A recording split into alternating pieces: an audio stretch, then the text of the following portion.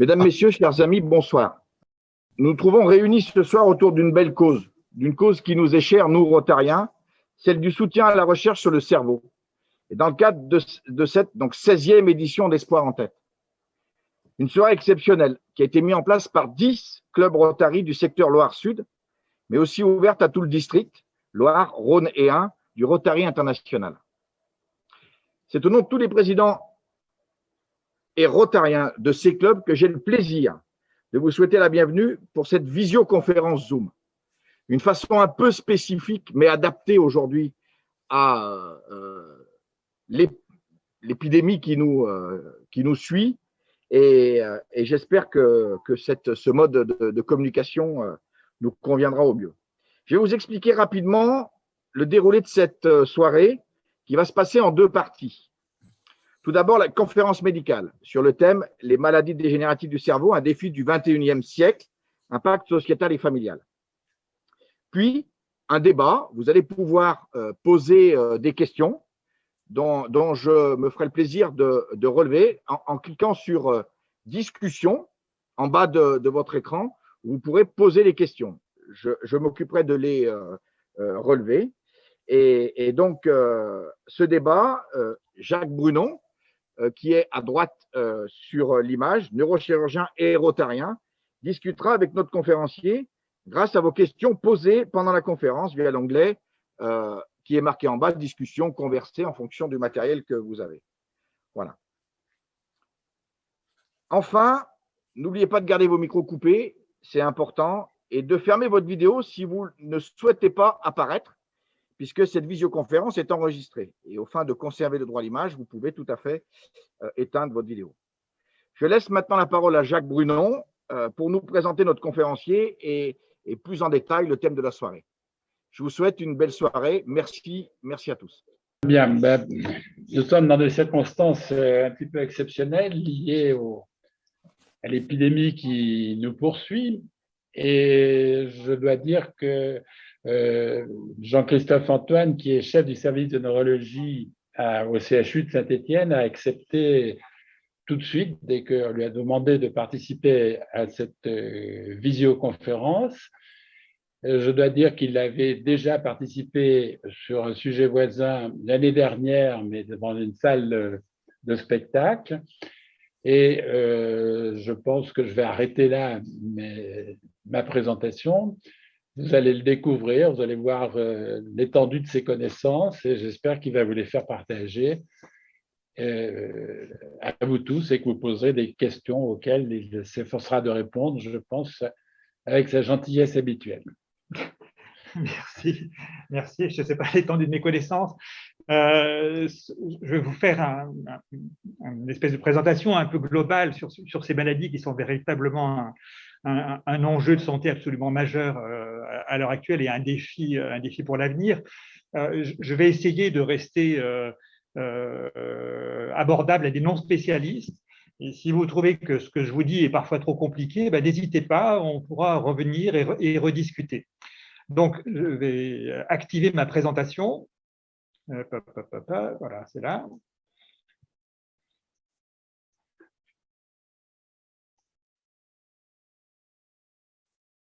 C'est bon, je pense que tout le monde voit.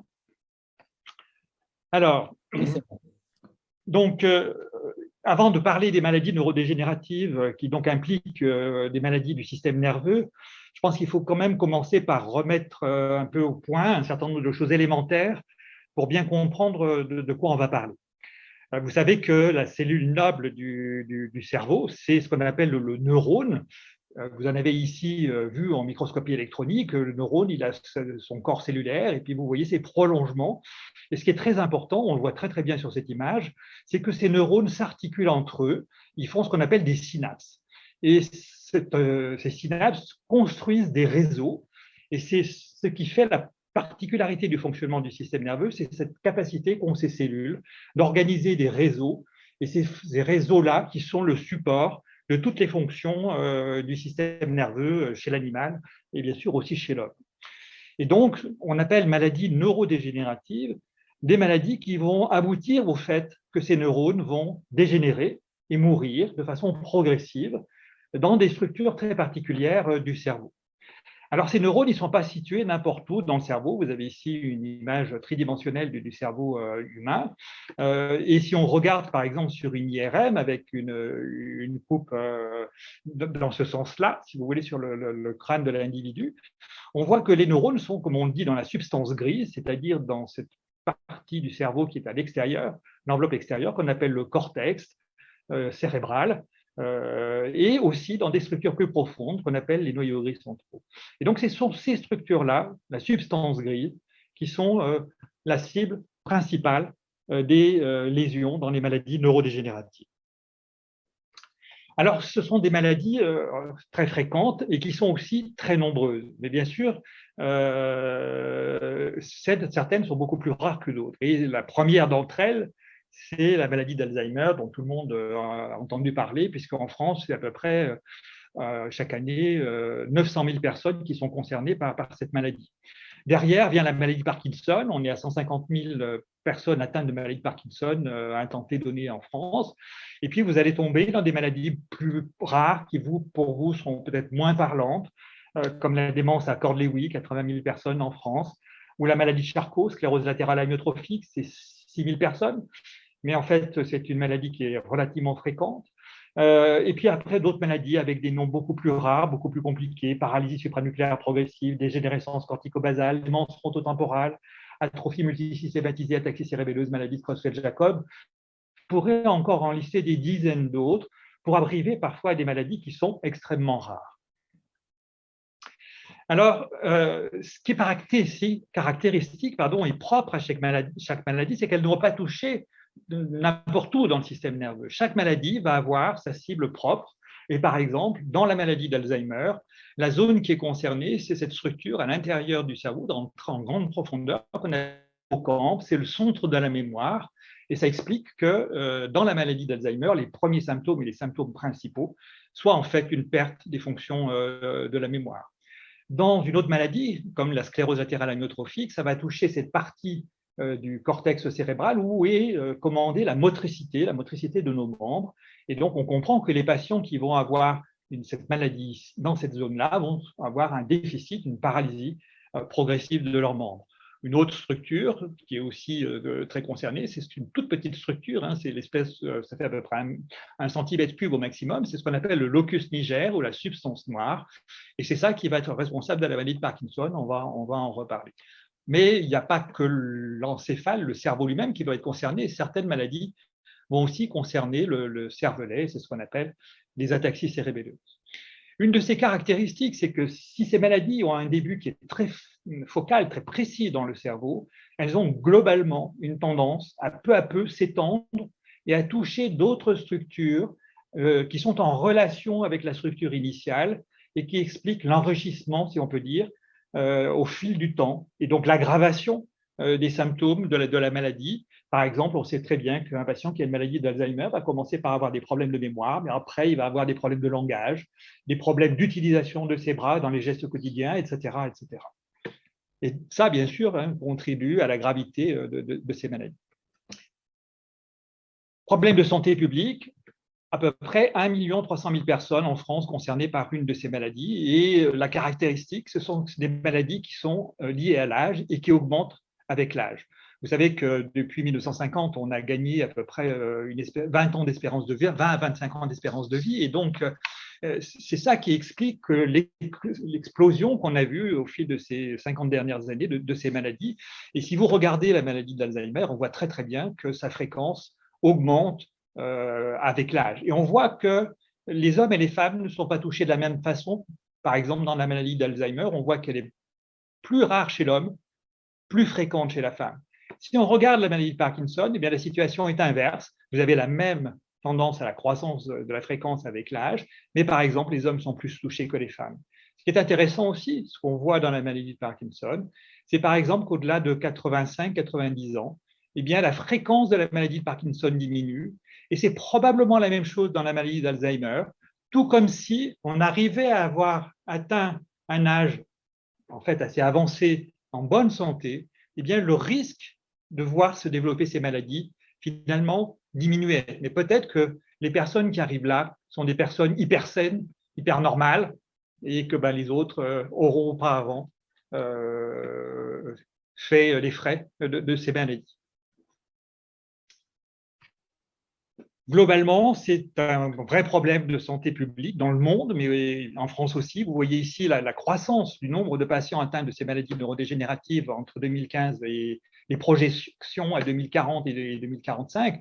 On voit que ça monte de façon linéaire, absolument constante et régulière. Le coût, bien sûr, de ces maladies, il est énorme. On l'estime en France à 19 milliards d'euros par an, coûts qui sont liés à tout un tas de choses. Coût des hospitalisations pour le diagnostic, mais finalement, ce n'est pas ça qui va coûter le plus cher, c'est plutôt le coût des soins, de la prise en charge des conséquences de ces maladies. Une grande partie est assurée par la communauté, c'est-à-dire la sécurité sociale, 14 milliards, mais si vous regardez bien, il reste quand même 5 milliards d'euros qui ne sont pas pris en charge par la communauté et qui donc sont à la charge des familles. Et qui parfois peuvent aboutir à des dépenses tout à fait considérables si, par exemple, on veut essayer de maintenir envers et contre tout une personne très invalidée à son domicile. Alors, pourquoi ces maladies, est-ce qu'on peut traiter ces maladies neurodégénératives? Eh bien, à l'heure actuelle, on ne sait pas empêcher la mort des neurones. Donc, il n'y a pas de traitement qui soit capable de guérir la maladie au sens où je prends mon médicament, tout s'arrête, et voire même tout rentre dans l'ordre. Il y a un cas de figure, un seul à la date d'aujourd'hui, où on a un médicament qui est capable de ralentir l'évolution de la maladie, c'est dans la sclérose latérale amyotrophique. C'est un médicament qui a déjà maintenant pratiquement 30 ans d'âge, et on n'en a pas trouvé d'autres, pour vous montrer combien il est difficile de soigner ces maladies. Et un des problèmes majeurs, c'est qu'on ne sait pas compenser efficacement les conséquences de la mort de neurones. Il n'y a qu'une seule exception, c'est la maladie de Parkinson, qui est une maladie très particulière, et c'est ce que je vais essayer de vous présenter sur ce schéma, qui est un schéma simplifié du fonctionnement, du contrôle de la motricité dans laquelle la maladie de Parkinson intervient. Donc vous voyez que je vous ai dit tout à l'heure que les neurones fonctionnaient en réseau. Eh bien, vous avez un exemple de ces réseaux entre la région motrice du cortex et puis les noyaux gris centraux en profondeur. Vous voyez avec toutes ces flèches de toutes ces structures qui vont dans tous les sens, avec des neurones qui, dans un cas, vont activer certaines structures, dans d'autres cas, les freiner, pour vous montrer la complexité de ce système qui aussi explique les difficultés qu'on a à pouvoir traiter les patients. Et bien donc, dans la maladie de Parkinson, vous avez cette toute petite structure où les neurones vont dégénérer. Il se trouve que ces neurones produisent un seul neurotransmetteur, qui est la dopamine, et la disparition de ces neurones va déséquilibrer l'ensemble du système. Et l'intérêt, si on peut dire, dans la maladie de Parkinson, c'est qu'on peut apporter par la bouche de la dopamine, et la dopamine va rentrer dans le cerveau et va pouvoir permettre à l'ensemble du système de refonctionner. Pourquoi? Parce que le reste du système, il est intègre, tout du moins au début de la maladie.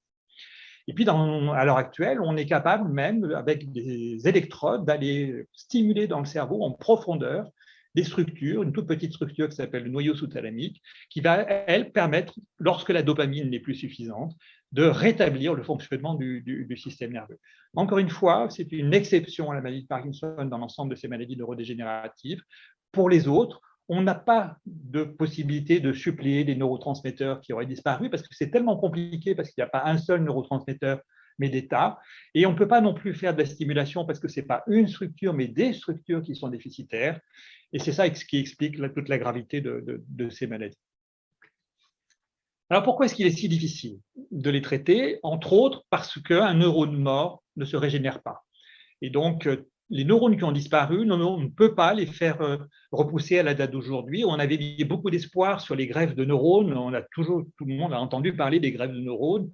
On injecte des neurones fétaux dans le cerveau, dans les structures supposées où ils sont lésés, et on espère que ces neurones fétaux vont pouvoir se redévelopper et reformer les connexions qui ont été perdues avec les autres neurones. Malheureusement, ça ne marche pas. Le système est tellement compliqué que ce n'est pas parce que vous allez apporter quelques milliers de neurones embryonnaires que vous allez pouvoir régénérer le système et réparer le système. Une autre difficulté, c'est que la cause de ces maladies, elle est mal connue et certainement, il n'y a pas un facteur, mais plusieurs facteurs qui viennent se combiner pour expliquer ces maladies neurodégénératives. Et je vous ai mis ici les principaux facteurs qu'on a pu lister à ce jour. Un petit mot sur ces gènes. Vous voyez que dans toutes ces maladies neurodégénératives, il y a 10% de forme familiale, c'est-à-dire que dans 10% des cas, la maladie est capable de se transmettre d'une génération à une autre. Et à l'heure actuelle, on a identifié des dizaines, voire des centaines de gènes qui sont responsables de ces maladies. Et chaque gène est bien sûr spécifique à une de ces maladies. Ces gènes sont très importants parce que grâce à eux, on est capable de connaître les molécules qui sont en défaut du fait de ces anomalies génétiques et qui vont participer à la dégénérescence neuronale. Donc ça permet d'expliquer déjà un certain nombre de choses, outre le fait que ça permet aussi de donner des conseils génétiques dans les cas où plusieurs membres de la famille sont concernés par ces maladies-là. Il y a d'autres facteurs, l'environnement et des facteurs toxiques, on peut les lier. On sait très bien, par exemple, que les toxiques, notamment utilisés dans l'agriculture intensive, sont responsables du surcroît de la fréquence de la maladie de Parkinson chez les agriculteurs, par exemple. C'est très clairement établi à la date d'aujourd'hui, à tel point d'ailleurs que la maladie de Parkinson peut, dans certains cas, être reconnue comme étant une maladie professionnelle. Et puis, un des points qui excite beaucoup les chercheurs à l'heure actuelle, c'est les accumulations de protéines. Si vous voulez, le neurone, comme n'importe quelle cellule, est capable de fabriquer un certain nombre de protéines qui sont indispensables à sa structure et à son fonctionnement. Et dans ces maladies neurodégénératives, certaines protéines qui sont spécifiques à chaque maladie vont s'accumuler dans le neurone. Le neurone n'est pas capable de les éliminer et c'est ça qui va provoquer la mort neuronale. Et à l'heure actuelle, on sait que ces protéines jouent un rôle absolument majeur et c'est une des pistes thérapeutiques car on dispose d'outils maintenant qui vont pouvoir empêcher la fabrication par le neurone de certaines de ces protéines et on met un grand espoir thérapeutique dans ces maladies-là. Dans les maladies neurodégénératives, on a des exemples dans d'autres maladies génétiques où vous avez des accumulations de protéines où ces traitements-là sont remarquablement efficaces. Toute la difficulté, ça va être de pouvoir avoir accès au cerveau et aux neurones qui sont concernés parce que c'est une structure très particulière et très profonde. On a parlé de l'inflammation, on a parlé de l'oxydoréduction. Il faut penser aussi que le neurone, il n'est pas la seule cellule du cerveau. Hein. Il y a beaucoup d'autres cellules qui sont associées au neurone. Elles jouent aussi un rôle dans la régulation de la mort neuronale dans les maladies neurodégénératives. Comme je vous l'ai dit, hein, il y a sans doute des facteurs très importants, d'autres qui sont plus connexes, et on ne sait pas à l'heure actuelle où faire porter la cible principale dans le traitement de ces maladies. C'est pour ça qu'elles restent encore difficiles. Un des points aussi majeurs qui explique la difficulté de ces maladies, c'est qu'en fait, à partir du moment où les symptômes apparaissent, eh bien, le patient a déjà perdu 50 à 70% des neurones dans la zone qui est responsable de la maladie. Autrement dit, le processus a commencé à débuter des années, voire probablement des dizaines d'années avant qu'il ne devienne clinique, symptomatique, que les premiers symptômes n'apparaissent. Donc, autrement dit, lorsqu'on commence à essayer de traiter les patients-là, on a déjà probablement une maladie qui dure depuis 10 ans et probablement le processus est déjà lancé et ça va être extrêmement difficile de l'arrêter. Donc, ça veut dire qu'un des grands enjeux de l'avenir, ça va être de pouvoir anticiper, arriver à faire un espèce de diagnostic pré-symptomatique chez les personnes à risque pour peut-être arriver à donner les traitements ici, dans cette période-là, et pas après, où probablement la machine est déjà lancée, on n'arrivera pas à l'arrêter. C'est ça aussi un des grands enjeux, certainement, de l'avenir. Et à l'heure actuelle, on essaye de développer tout un tas de biomarqueurs qu'on pourrait utiliser comme chez des sujets en apparence sains pour voir s'ils ont ou non la maladie. Mais vous imaginez bien toutes les conséquences éthiques que tout ça peut avoir. Parce que si vous allez regarder chez des gens qui sont en apparence en bonne santé et leur dire, écoutez, voilà, vous êtes à risque de faire la maladie d'Alzheimer dans 5 ans, si vous avez 70% de chance ou de risque, vous imaginez bien tous les problèmes éthiques, psychologiques qu'une telle démarche peut avoir et elle ne sera légitime que si réellement, à un moment donné, on sera capable de stopper l'évolution de la maladie avant qu'elle n'apparaisse. Tant que ce n'est pas possible, ça reste très compliqué et ça ne peut être que dans le cadre de la recherche qu'on peut envisager de telles procédures.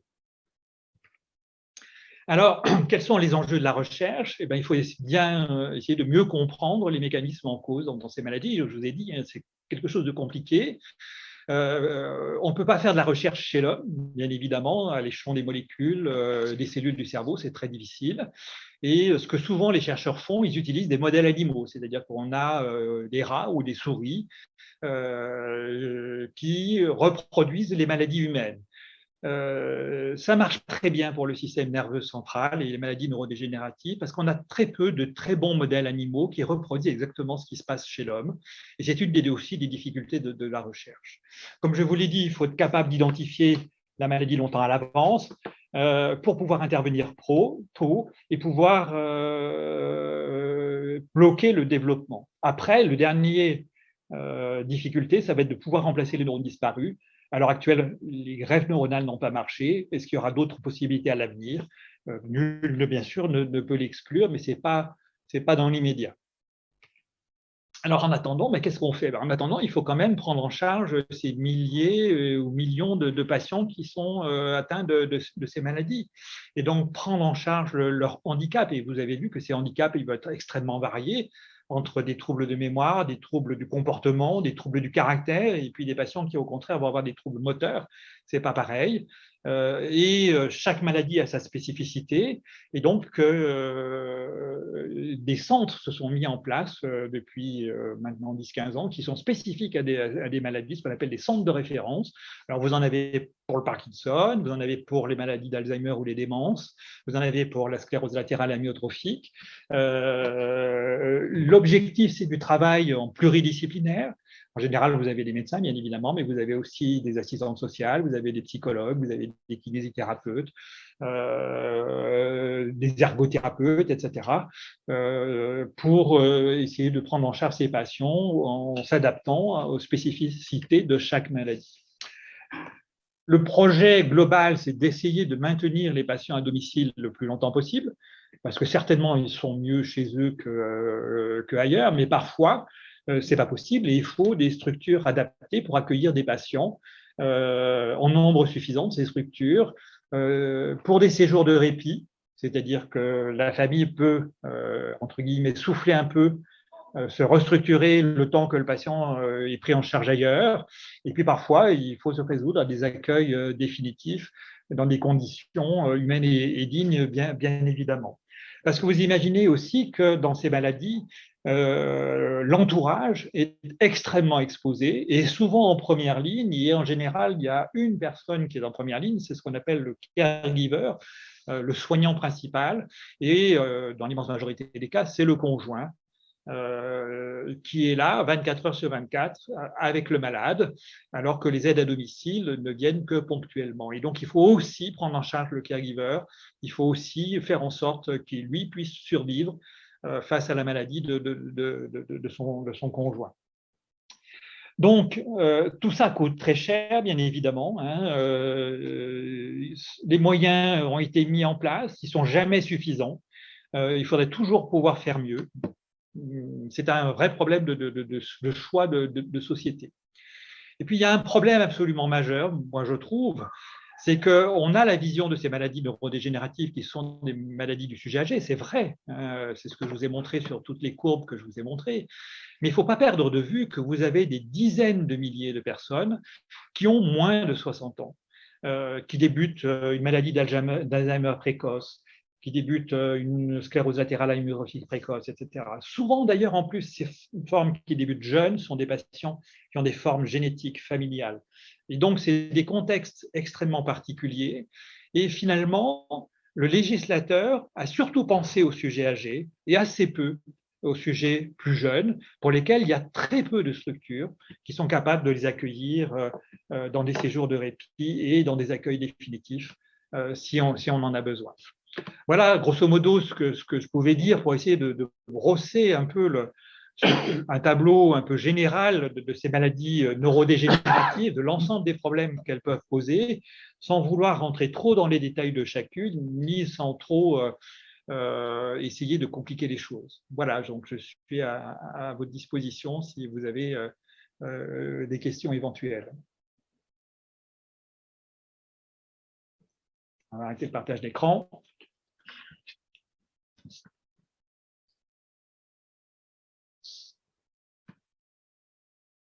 Bien, je vais peut-être prendre la parole pour relancer le débat. Tu nous as dit que ces maladies commençaient très longtemps avant les premiers symptômes, que si on arrivait à les diagnostiquer à ce moment-là, peut-être qu'on pourrait les traiter de façon plus efficace. Mais le problème, c'est qu'on ne peut pas faire ce dépistage chez tout le monde. Et la plupart de ces maladies sont tout à fait sporadiques. Donc, cette recherche précoce est intéressante dans les formes familiales, qui sont les plus rares, mais dans les formes les plus fréquentes, on ne sait pas qui va faire une maladie d'Alzheimer ou une autre maladie dégénérative. Donc, comment les dépister sans ajouter les problématiques que tu soulèves, c'est-à-dire on connaît une autre maladie neurologique qui est beaucoup plus rare, dont on sait qu'ils vont faire la maladie vers 40 ans, de façon quasi certaine. Est-ce qu'il faut le dire? Est-ce qu'il ne faut pas le dire? Est-ce que c'est une difficulté très importante? Alors, voilà le premier débat, parce que tout le monde voudrait savoir comment dépister ces maladies et les traiter avant qu'elles soient trop graves. Alors, il y a deux cas de figure. Le premier cas de figure, c'est les maladies génétiques. Les maladies génétiques, effectivement, si vous avez un gène identifié, c'est pas très compliqué d'aller chercher chez les patients de la famille de ces maladies si les autres membres de la famille sont porteurs du gène. Et si on détecte ce gène par une simple prise de sang, on peut tout à fait prédire qu'ils ont tant de risques de développer la maladie à tel âge. Et avec certaines anomalies génétiques, ce risque, si vous avez le gène, il est de 100%. Donc ça c'est pas très techniquement, on sait faire ce type de prédiction. Bien évidemment, pourquoi faire ce type de prédiction? Toujours dans le cadre des maladies génétiques, parce que ça permet de faire des conseils génétiques et de faire en sorte, parce qu'on en a les moyens aujourd'hui, que l'anomalie génétique ne se transmette plus aux générations suivantes, parce qu'on est capable de sélectionner les ovules pour qu'ils ne soient pas porteurs de la maladie. On peut donc stopper la transmission de la maladie. Ça, c'est déjà un premier point. Mais on est déjà dans ces maladies, comme je vous ai dit, hein, ces maladies, la plupart d'entre elles sont des accumulations de protéines dans les neurones.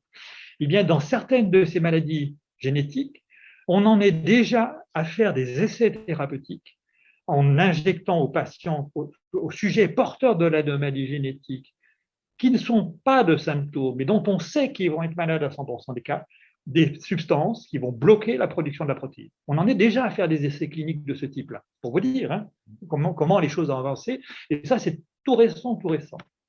Après, est-ce que c'est transposable dans les autres formes qui ne sont pas génétiques, comme la maladie d'Alzheimer? 90% des patients de maladie d'Alzheimer n'ont pas de forme génétique. Eh bien, c'est un gros travail, là aussi, d'essayer d'identifier des marqueurs prédictifs. Alors, on en connaît déjà dans la maladie d'Alzheimer. On sait que, par exemple, le gène ApoE, si vous avez telle caractéristique de votre gène ApoE, ben vous avez un risque de 50 à 60% de développer une maladie d'Alzheimer derrière, même si l'ApoE n'a rien à voir probablement avec la maladie. Mais il y a tout un tas de travaux qui sont faits pour essayer d'identifier des biomarqueurs, comme on dit, qu'on pourrait rechercher dans le sang, par exemple, ou dans les gènes, ou des choses comme ça, qui permettraient de dire, ben oui, vous êtes à risque de développer une maladie d'Alzheimer de tant et tant de pourcents. Après, vous avez des progrès qui sont en train de se faire dans l'imagerie cérébrale. On va de plus en plus, on arrive quand même à mettre en évidence. Alors, ce n'est pas encore parfait, hein, il ne faut pas non plus dire que tout est rose.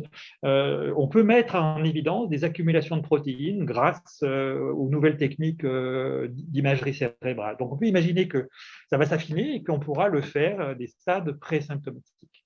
Mais encore une fois, il n'est pas légitime de faire ça de façon systématique et de le proposer à l'heure actuelle quand il n'y a aucun traitement à proposer derrière. Donc, pour l'instant, moi, je pense que cette médecine prédictive n'est pas éthique et n'est pas justifiée dans les formes sporadiques de la maladie. Si à partir du moment où on aura des traitements qui vont commencer à apparaître, ça change tout, ça changera tout. Mais ça veut dire qu'il faut qu'on réfléchisse dès maintenant à identifier ces marqueurs. Parce que si on attend d'avoir un traitement et puis qu'on se dit, ouais, zut, on n'a pas réfléchi aux marqueurs, on va perdre encore 5 ans ou 10 ans. Donc, en parallèle, il faut poursuivre les recherches sur les marqueurs. Est-ce qu'il y a des questions qui sont posées par les participants? Non, il y en a qui… Moi, j'aurais une question. Oui. Pardon. Je peux vous poser une question? Oui. Je ne suis pas du tout médecin, alors bon, je vais essayer d'être le plus clair possible dans ma question. J'ai eu l'occasion d'assister à une conférence organisée par le Téléthon et il y avait eu l'intervention, disons, de médecins et m'a laissé comprendre qu'on avait identifié la carte, disons, de toutes les cellules, disons, de la tête, en fait, tous les génomes, il me semble qu'on dit ça, et que maintenant, ça allait être relativement facile pour apporter des réponses à toutes ces maladies. Et il m'a semblé comprendre que c'est à court terme. Alors, est-ce que j'ai déformé ce type de propos? Alors, je pense que le Généton devait sans doute parler des maladies génétiques. Probablement. Je pense. C'est possible. Alors, effectivement, à l'heure actuelle, si vous avez, mettons, à peu près 5 000 € à dépenser, vous vous faites faire une prise de sang et on va regarder l'ensemble de tous vos gènes dans une grande machine. Ça se fait en, je sais pas, une journée. Hein. On va vous envoyer un document de 50 pages où vous allez avoir tous vos gènes, les 90 000 ou 100 000 gènes de votre organisme, avec des mutations, des trucs, des variations, etc. Et après, on vous dira, ben voilà, monsieur, vous avez ça, et débrouillez-vous. Et là, vous allez voir que vous avez des gènes qui sont peut-être associés à des facteurs de risque de ceci ou de cela. Vous allez avoir des kilos de gènes, on ne sait pas ce que ça veut dire. Donc, on est capable de séquencer le génome de chaque individu pour pas très cher, 5 000 €, et on peut vous le donner tout le détail. Le gros du problème, c'est qu'est-ce qu'on fait de tout ça? Et est-ce que c'est prédictif? Ce n'est pas si prédictif que ça. Hormis si vous trouvez des anomalies génétiques déjà bien répertoriées, bien connues, qui existent, etc. Ces outils-là sont utilisés pour identifier des nouveaux gènes dans des maladies qu'on pense génétiques et pour lesquelles on n'a pas trouvé les gènes. Ça, oui, c'est des outils importants. Mais s'en servir comme médecine prédictive, encore une fois, vous allez arriver, chacun de nous, à des dizaines de milliers de variations de son génome par rapport aux autres individus. Qu'est-ce que veut dire une variation? On ne sait pas. C'est pas sûr qu'elle s'exprime. Et puis, si jamais on vous dit ah ben tiens, vous avez le gène bidule, vous êtes à risque de faire un cancer de ceci dans 15 ou 20 ans, ou une maladie d'Alzheimer dans 15 ou 20 ans, et qu'on n'est pas capable de faire quoi que ce soit sur le traitement à l'heure actuelle, qu'est-ce que vous allez faire? C'est tout le problème de ces maladies prédictives. Mais il semblait comprendre qu'il s'agissait d'un état des lieux et qu'à partir de cet état des lieux, bon, c'est une base de travail pour faire plein de recherches sur toutes ces maladies en définitive. Ah oui, bien sûr, c'est un outil, c'est ce que je vous ai dit. C'est un outil, oui. Ce sont des outils. Et ça permettait de… Oui, c'est ce qu'on appelle le séquençage du génome. C'est très utilisé à l'heure actuelle pour essayer d'identifier des nouveaux gènes dans des maladies qu'on pense génétiques et pour lesquelles on n'a pas trouvé de gènes à la date d'aujourd'hui. D'accord. Ben, sans parler des maladies dégénératives, il y a le cancer du sein, qui est, dont on sait qu'il y a un gène qui est responsable, c'est pas sûr, enfin, qui est associé au cancer du sein. Ça aboutit à des choses qui dépassent un peu l'imagination. Je ne sais plus le nom de cette artiste américaine qui s'est fait enlever les 2 seins parce qu'elle avait le gène, alors que rien ne prouve qu'elle aurait fait le cancer, parce qu'on peut avoir le gène, mais il ne sera pas forcément exprimé parce qu'il y a des gènes répresseurs, etc. Un gène ne veut pas dire, sauf dans quelques rares cas de maladies très ciblées. Mais on ne peut pas, dans le cas de l'Alzheimer, tester toute la population, sachant que d'abord, il y a plusieurs gènes qui sont impliqués. Donc, on ne sait pas si 1, 2, 3 ou 4 gènes sont suffisants pour déclencher la maladie. Et puis, si à 40 ans, on vous dit que vous allez faire un Alzheimer à 65 ans, qu'est-ce que vous allez faire? Vous allez vous tirer une balle à la tête, vous allez dépenser votre fortune à jouer au golf. C'est le tour du monde. Le tour du monde, oui. Non, Non, la médecine prédictive pose d'énormes problématiques en l'état actuel des choses. Elle n'est légitime que si derrière, vous avez une solution thérapeutique à proposer ou un conseil génétique à donner pour éviter que la maladie ne se transmette de génération en génération. Merci. J'ai une question sur la maladie de Parkinson. Oui. Elle touche la motricité, mais pas l'intellect, parce que la personne est parfaitement consciente, continue de travailler, etc., pendant plusieurs années, même après le démarrage de la maladie. Oui, tout à fait. Alors, tout à fait, c'est ce que je vous ai expliqué. La maladie de Parkinson est un petit peu à part des autres. Il n'en a pas moins que dans certains cas, la maladie de Parkinson, le processus peut s'étendre à d'autres structures que ceux qui commandent purement la motricité, ce qui explique que certains patients qui ont une maladie de Parkinson peuvent aussi avoir des problèmes intellectuels. D'accord. Et ça, on ne peut pas le définir à un stade avancé de la maladie. C'est quelque chose qui arrive plus tardivement, le phénomène de toucher l'intellect, ou qui peut arriver dès le départ? C'est très variable d'un individu à l'autre. C'est très variable d'un individu à l'autre. Si c'est très, très précoce, on n'est probablement pas dans la maladie de Parkinson, on peut être dans ce qu'on appelle des syndromes parkinsoniens autres. Vous avez tout un tas d'autres maladies qui ont des symptômes de maladie Parkinson, mais qui comportent aussi des problèmes intellectuels, comme la maladie à corps aiguë diffus, etc., mais qui ne sont pas la maladie de Parkinson à proprement parler. Merci. J'ai une question. On entend communément que si on travaille intellectuellement, qu'on occupe son esprit avec des jeux qui font réfléchir, toutes ces choses-là, ça ralentira la maladie d'Alzheimer. Est-ce que c'est une réalité ou est-ce que… Alors, oui et non. Comment dire? Tout dépend de votre stock de départ, si j'en peux dire, de votre compte en banque cérébrale.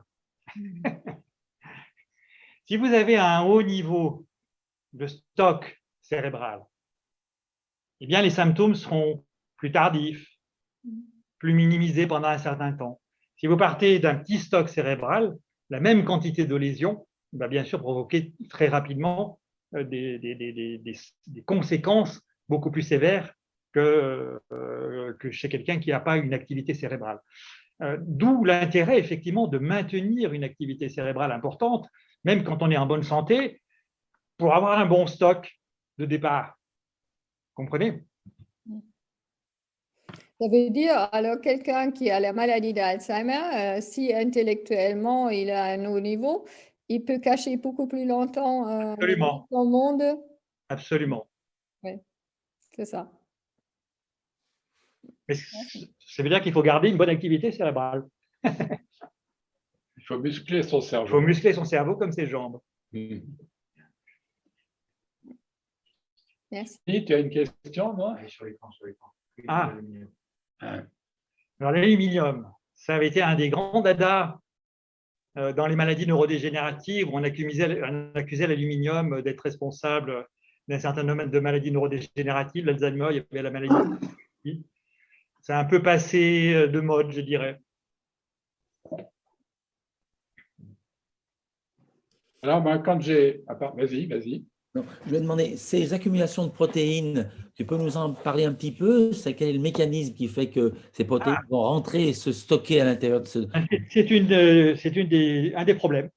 Si vous voulez, une cellule normale fabrique des protéines et a un système qui est bien prévu, bien organisé, qu'on appelle entre autres le protéasome, qui est là pour détruire les protéines qui ont été utilisées. Et donc, ce qui permet d'avoir un renouvellement régulier des protéines utilisées qui n'ont plus d'intérêt fonctionnel.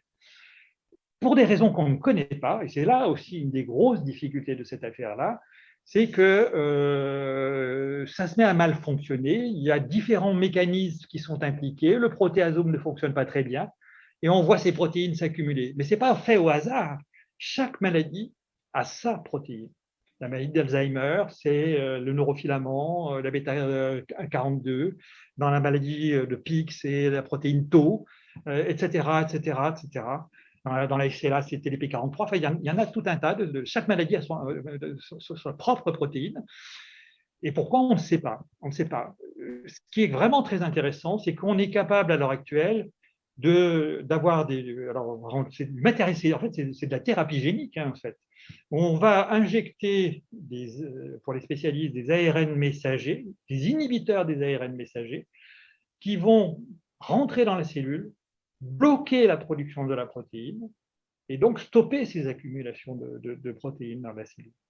On sait que ça marche, par exemple, dans des maladies génétiques comme où on a une substance amyloïde qui s'accumule. On guérit les patients avec cette technique-là. On peut le faire dans des maladies dégénératives par ponction lombaire.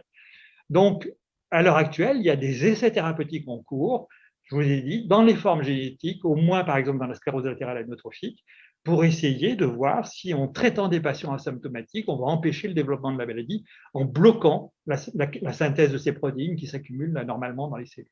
C'est la grande piste actuelle. Bon, on peut espérer qu'elle va marcher. Il y a quelques exemples dans lesquels ça a indubitablement marché dans d'autres maladies. Vas-y. Oui, vas-y. Votre réponse amène ma question que je voulais vous poser tout à l'heure.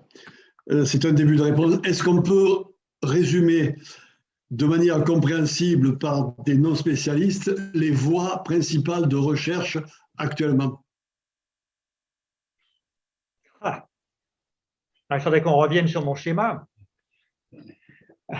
Attendez. Parce que là, vous nous avez exposé les maladies, mais sur quoi travaillez-vous? Enfin, les chercheurs travaillent-ils? Alors, je vais essayer de me remettre.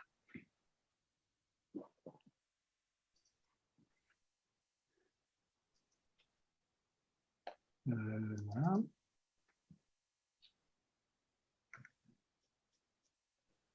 Ben, les pistes, elles sont celles que je vous ai mis là. Les gènes. Identifier les gènes, le plus possible de gènes identifiés dans ces maladies. Ça passe par les techniques qu'on a évoquées, du séquençage de tout le génome, par exemple. Les toxiques, l'environnement, ben ça, c'est des études d'épidémiologie. Il y a tout un tas d'études qui ont déjà été faites pour savoir, notamment dans la maladie d'Alzheimer, il semblerait quand même que l'obésité, la sédentarité, tous les facteurs de risque vasculaire sont des facteurs de risque dans la maladie d'Alzheimer, par exemple.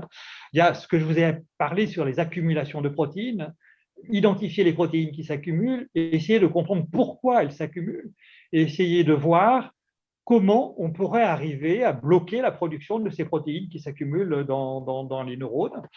L'inflammation, là aussi, il y a encore des travaux qui sont faits sur l'inflammation dans le cerveau, parce que dans les maladies neurodégénératives, il y a une inflammation qui se produit. Cette inflammation, on sait que dans certains modèles animaux, si on la bloque, eh bien, la maladie progresse moins. Donc, il y a des travaux qui essaient de comprendre le pourquoi de ces inflammations. Il y a des essais thérapeutiques qui se sont faits ou qui sont en cours pour essayer de bloquer l'inflammation et voir si ça ralentit l'évolution de la maladie. L'excytotoxicité, c'est les fonctionnements du neurone lui-même qui va libérer des neurotransmetteurs qui s'avèrent être toxiques. Et on sait que, par exemple, dans la sclérose latérale amyotrophique, si on bloque l'excytotoxicité, ça ralentit l'évolution de la maladie. Le seul médicament dont je vous ai parlé, il joue sur l'excytotoxicité. Et puis, beaucoup de travaux sont faits sur le rôle des autres cellules du cerveau parce qu'elles ont un rôle nutritionnel et protecteur du neurone. Donc, on sait que dans certains cas, elles peuvent avoir un effet délétère, c'est-à-dire qu'elles aggravent la mort neuronale, mais peut-être qu'il est aussi intéressant de comprendre d'ailleurs pourquoi elles aggravent la mort neuronale et puis essayer de voir au contraire en quoi elles pourraient au contraire protéger le neurone. Et puis, je vous ai dit, il y a, pour l'instant, c'est un peu tombé à l'eau avec les greffes de neurones, mais il y a quand même des travaux pour essayer de voir comment on pourrait faire pour essayer de régénérer des neurones dans le cerveau. On sait que par exemple dans l'hippocampe, la zone de l'Alzheimer, on produit spontanément et naturellement des neurones, même à l'âge adulte. Peut-être que si on arrivait à faire en sorte que ces neurones soient produits, survivent, etc., on pourrait compenser un peu la maladie. Voilà les grandes pistes de la recherche à l'heure actuelle. Est-ce qu'on peut parler d'échéancier, de calendrier? Pour y voir plus clair, est-ce que c'est utopique ou pas? Parce que depuis 20 ans, en gros, on a avancé dans la connaissance. Mais pas dans le traitement. Mais pas dans les solutions. Exactement. Et je me garderai bien de vous donner des délais. D'accord. C'est un sujet éminemment complexe. Le cerveau en soi, à l'état normal, est quelque chose d'éminemment complexe, 83 milliards de neurones qui s'interconnectent. Donc, vous imaginez la complexité de l'organe. Eh bien, c'est pareil dans ces maladies, hein. On a fait d'énormes progrès dans la compréhension des mécanismes en cause. C'est probablement pas une maladie unifactorielle, sauf si vous avez un gène muté. Et à ce moment-là, qu'est-ce qui est le point le principal qui est responsable, sur ces dizaines de facteurs identifiés, sur lesquels faut-il agir pour être certain d'avoir la meilleure efficacité? C'est toute la problématique, hein, et encore une fois, je me garderai bien de faire des pronostics de dates, etc. D'autant qu'on sait très bien en recherche que parfois, vous avez un truc auquel personne n'avait jamais pensé, qui vient de quelque chose qui n'a rien à voir avec la recherche sur le cerveau, qui un beau jour, ah, ça y est, on a compris la maladie d'Alzheimer. Ce n'est pas impossible, ce genre de choses. Hein. D'accord. Ce n'est pas certain non plus, et certainement pas dans un délai précis. Moi qui ai commencé mes études de médecine il y a quelques années, je prends un exemple qui n'est pas dans le cas des maladies dégénératives, mais dans le cas des blessés médulaires. Il y a 50 ans, on disait ben, ça y est, on sait faire repousser les neurones dans la moelle, on va faire remarcher les paraplégiques. 60 ans après, on en est exactement au même point. Les recherches fondamentales ont avancé, mais on ne sait toujours pas réparer une moelle épinière, qui est quelque chose de beaucoup plus simple que le cerveau, alors que, j'allais dire, c'est que mécanique cette affaire, mais faire repousser des neurones, on y arrive, mais encore faut-il qu'il aille se brancher avec les bons neurones, etc. Créer des neurones, on va y arriver bientôt, mais est-ce qu'ils vont se brancher et aller sur le bon neurone, refaire des circuits, parce que le cerveau est en perpétuel remaniement, hein, et il fait des synapses, je ne sais pas combien par jour, mais des milliers chaque jour probablement, qui sont impliqués dans tous les processus de mémorisation, et on arrivera, avant qu'on arrive à faire en sorte que le neurone aille se brancher au bon endroit, à mon avis, il y a encore du temps. Moi je pense que l'avenir, c'est ça, hein. C'est agir là. Oui, mais parce qu'une fois que le processus est lancé, oui, mais le problème, c'est qu'il va falloir soumettre toute la population à ce dépistage. On va voir le coût que ça va représenter. Est-ce que le dépistage va être plus cher que les 19 milliards d'euros que coûte à l'heure actuelle la prise en charge de la maladie qui est là, hein. Ça, c'est une vraie question. C'est le vieux proverbe, vaut mieux prévenir que guérir. Absolument. Absolument. Absolument. Je vous remercie.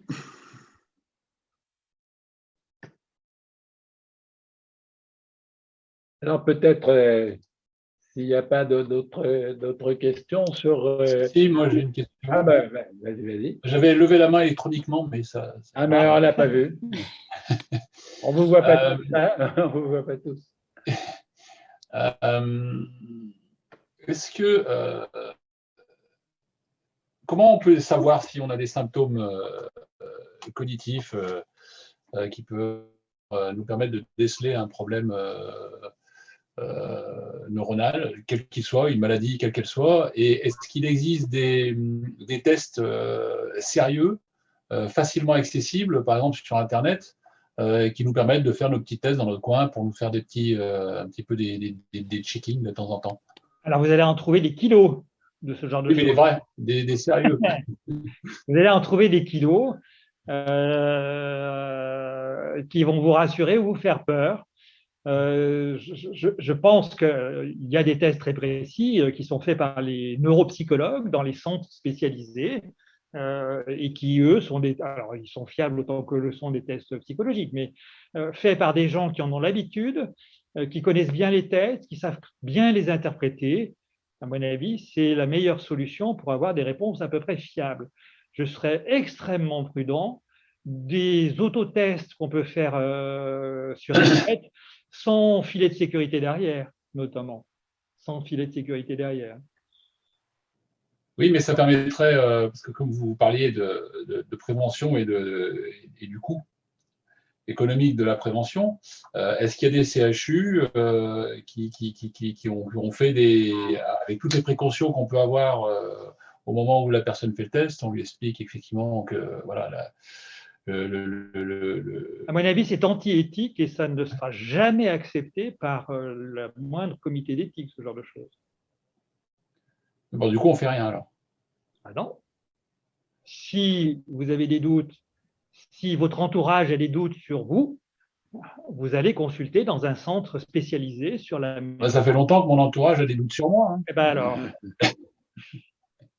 voilà, si, vous avez des centres qui sont spécialisés et dont le rôle, c'est justement de voir les patients, les personnes qui ont très peu de symptômes pour voir de quoi ils retournent.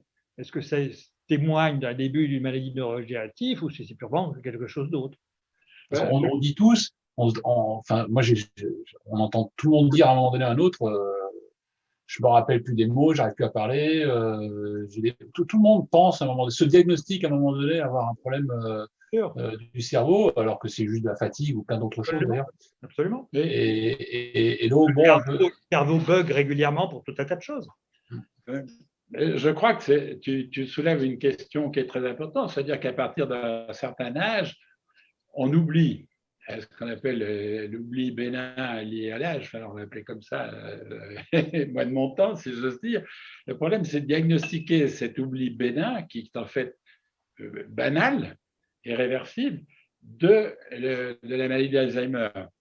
Et là, je crois que les tests neuropsychologiques donnent une orientation là-dessus qui peut peut-être apporter une réponse. Mais je ne suis pas sûr qu'à l'heure actuelle, faire du dépistage, parce que ça serait ça, on est à nouveau dans la médecine prédictive.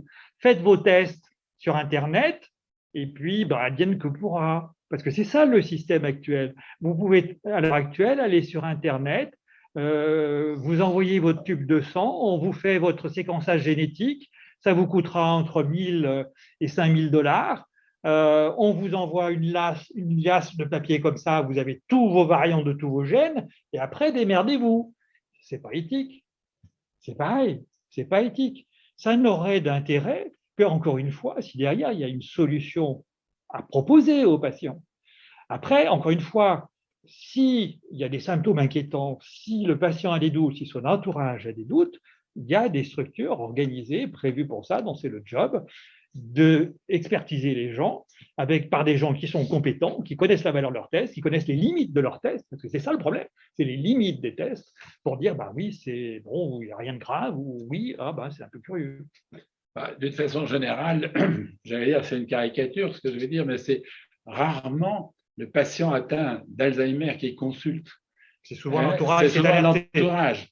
Parce que quand on dit « je ne sais pas où j'ai mis mes clés », on est capable de les retrouver assez facilement et on sait se critiquer. L'Alzheimer, c'est plus l'impossibilité d'apprendre des choses nouvelles. C'est ça, il ne sait plus apprendre à apprendre, si je dis, et il ne s'en rend pas compte.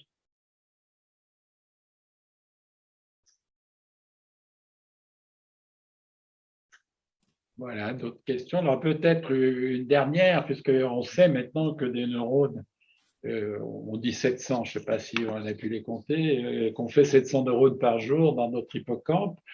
Qu'est-ce que ça signifie sur le plan des possibilités d'amélioration cérébrale? Ça, c'est un des sujets aussi d'études à l'heure actuelle.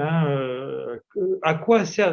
Alors, il n'y a pas que dans l'hippocampe, il y a d'autres structures du cerveau. Enfin, il y a, mettons, 20 ans de ça, 30 ans de ça, on disait on est avec un stock de neurones et puis il diminue petit à petit avec l'âge et on part sur un stock fixe. En fait, on s'est rendu compte qu'on a la capacité, même chez l'adulte, même chez les sujets âgés, de fabriquer de nouveaux neurones dans certaines structures et notamment dans l'hippocampe. Quel est le rôle physiologique de ces neurones qui sont générés? On ne sait pas exactement à l'heure actuelle. On sait par contre qu'ils sont certainement très importants dans le contrôle de la dépression. Les traitements antidépresseurs facilitent la régénérescence neuronale et chez les animaux qu'on peut rendre entre guillemets déprimés, eh bien, on voit que ces animaux perdent la capacité à fabriquer ces nouveaux neurones et que les traitements antidépresseurs régénèrent la réapparition, la fabrication de nouveaux neurones.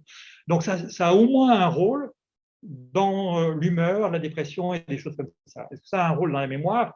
On imagine mal quand même qu'on fabrique des neurones dans des structures de mémoire et qui servent strictement à rien. Mais bon. Mais pour l'instant, on ne sait pas encore exactement. Écoutez, nous voilà arrivés au stade de l'heure qui était prévue. Merci beaucoup, professeur Antoine. Merci beaucoup, Jacques Brunon, pour cette belle soirée animée autour de la maladie d'Alzheimer et des maladies du cerveau. Vous, pour information, vous retrouverez une autre conférence qui se nomme « Regard croisé entre le patient et le chercheur sur la recherche en neurosciences ». C'est une conférence qui a lieu jeudi 25, donc ce jeudi à 18h30, et vous pourrez le suivre. Merci à tous. Je vous souhaite une bonne soirée. Merci pour avoir participé à cette belle conférence et posé ces questions. C'est avec plaisir que j'espère qu'on vous retrouvera et qu'on se retrouvera tous pour, si on le peut, faire Espoir en tête comme on le faisait auparavant au cinéma avec la vie de Simone Veil au mois d'octobre. Maintenant, advienne que pourra, les dés sont jetés. On attend.